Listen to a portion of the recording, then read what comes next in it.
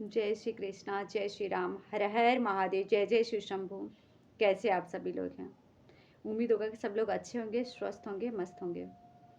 एक बार एक व्यक्ति एक महात्मा से पूछते हैं कि श्री कृष्ण की सुंदरता कितनी है, वो कितने सुंदर हैं।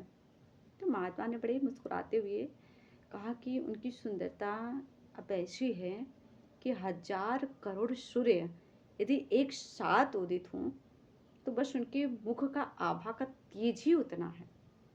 आप समझ लो कि उनकी सुंदरता ऐसी है कि राक्षस लोग भी उन पे आकर्षित हो जाते हैं। उनकी सुंदरता को, उनकी आभा को देखकर मन मुग्ध हो जाते हैं। उनकी तेज, उनकी सुंदरता नक नक कुछ भी वर्णन नहीं कर सकता, अवर्णनीय है। उनकी सुंदरता वह है जो किसी में समा ही नहीं सकता, पर इतने आभा, इतने परिपूर्ण होकर भी वो सब में समाहित हैं। यदि कोई नजर भर उनको देख लेना तो फिर किसी और को देख ही ना पाए, अर्थात कोई उस नजरों में दिखाई ही ना दे, बस वही और वही रमे रहेंगे। क्या हम वर्णन कर पाएंगे कृष्णा और राधा रानी की सुंदरता का? राधे राधे, राधे कृष्णा। आज एक छोटी सी मैं कहानी सुनाऊंगी। कहते कि सफलता के एक सही समय होता है। यदि मैं बोलूं कि सफलता के लिए सही निर्णय का जरूरत होता है, आइए कहानी सुनते हैं। राधे राधे, राधे कृष्णा।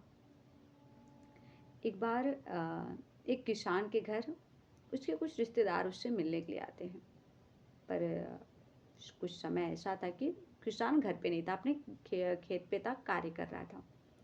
उसकी पत्नी निकलती है, रिश्तेदार जो रहते हैं उनको बैठाती है, चाय पानी नाश्ता देती है और बोलती है आप लोग बैठिए, इंतज़ार करिए, मैं बच्चों को भेजती हूँ। वह अपने पिता को बुला कर लाते हैं। वो बच्चों को भेजती है। थोड़ी दूर पे रहता है खेत, तो बच्चे जाते दौड़कर और किसान को बुला कर लाते हैं। समय कुछ ही पल जाता है, किसान आता है। किसान आता है तो किसान का पालतू कुत्ता भी जो पाला रहता है वो भी आता है। पर जो पालतू कुत्ता रहता है वो इतना हाँफ रहा था, तो जो मेहमान थे वो सोचे कि क्या बात है, बहुत दूर खेत है क्या कि इतना दूर से आने में ये कुत्ता इतना हाँफ रहा है। लेकिन कुत्ता के साथ साथ तो उस किसान के ऊपर भी ध्यान दिए, तो वो तो बड़ी ही आराम से खड़ा है और ये तनिक मात्र भी उसको थकान की शिकन नहीं है।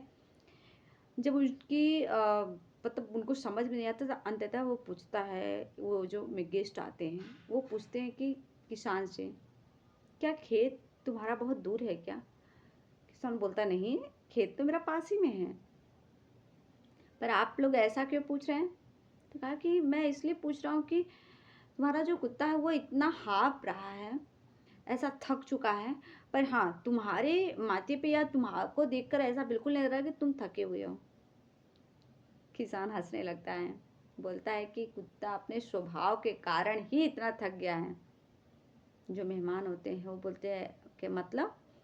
बोले कि जब हम निकल रहे थे खेत से तो इसका स्वभाव है, ये दौड़ता, फिर कुछ कुत्ते दिख जाते उनको भौंकता, उनके पीछे भागता, फिर दौड़ कर मेरे पास आता, फिर कुछ कदम चलता, फिर कोई दिखता, कोई कुत्ता दिख जाता तो उनके पीछे फिर भागता, फिर उनको भौंकता, चिल्लाता, फिर आता, और यही कारण है कि वह थक गया।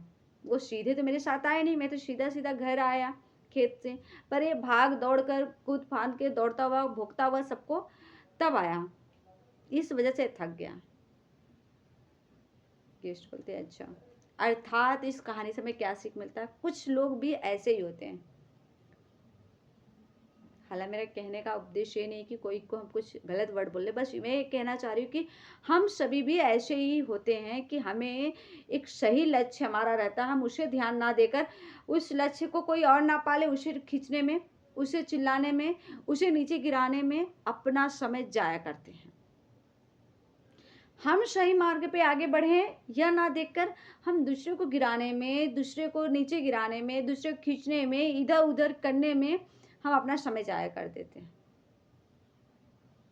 बढ़ना आपको भी है तो आप भी सरलता से उस मार्ग पे बढ़िए, किसी को गिरा कर नहीं। आगे जो बढ़ रहा है बढ़ रहा है, आप उससे आगे बढ़िए। पर जितने में आप किसी को गिराने में, किसी को हटाने में, किसी की बुराई करने में समय अपना ज़ाया करेंगे ना, हो सकता है उतने में तीसरा कोई आगे बढ़ जाए। सरल और बड़ी सहज रास्ता है खुद को सफल बनाने की, पर आज का जो दौर चल रहा है वह कुछ ऐसा ही चल रहा है। हमें जो पाना है, जो लक्ष्य है निर्धारित, उसे सीधे ना पाकर हम सोचते हैं जो आगे बढ़े उनको पहले गिरा देते हैं, उनकी बुराई कर लेते हैं, उनको ऐसा कर लेते हैं क्योंकि वह नीचे गिर जाएंगे तो हम आगे बढ़ जाएंगे। पर ये नहीं है, जितना आप उनको नीचे गिराने में, उनकी बुराई करने में, उनकी निंदा करने में, उनकी पैर खींचने में लगेंगे, उतना समय आपका भी दुगना जाया होगा और तब तक तीसरा चौथा आगे बढ़ जाएगा। इसलिए आपका सफलता और असफलता दोनों आपके हाथ में है।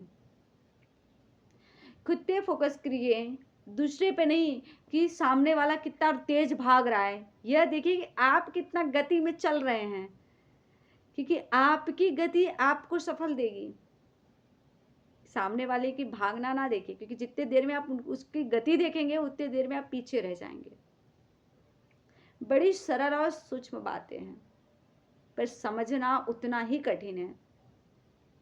तो समझदारी यही है कि किसी को गिराना और किसी की निंदा छोड़ स्वयं कैसे आगे बढ़ें, स्वयं क्या करें कि हम सफल हों, इस पे ध्यान दें, तो शायद सामने वाले से और आगे बढ़ जाएं। जय जय श्री कृष्णा। यदि आपको कहानी रोचक लगे, आनंद आए, तो ज़रूर एक प्यारा सा कमेंट, अपनी राय बताइएगा और हर हर महादेव तो ज़रूर लिखिएगा, क्योंकि आनंद तो वही है, जीवन का आधार, जीवन का सुख और पूर्ण जीवन उन्हीं में है ना। तो हर हर महादेव जरूर लिखिएगा। सभी को जय श्री कृष्णा, राधे राधे।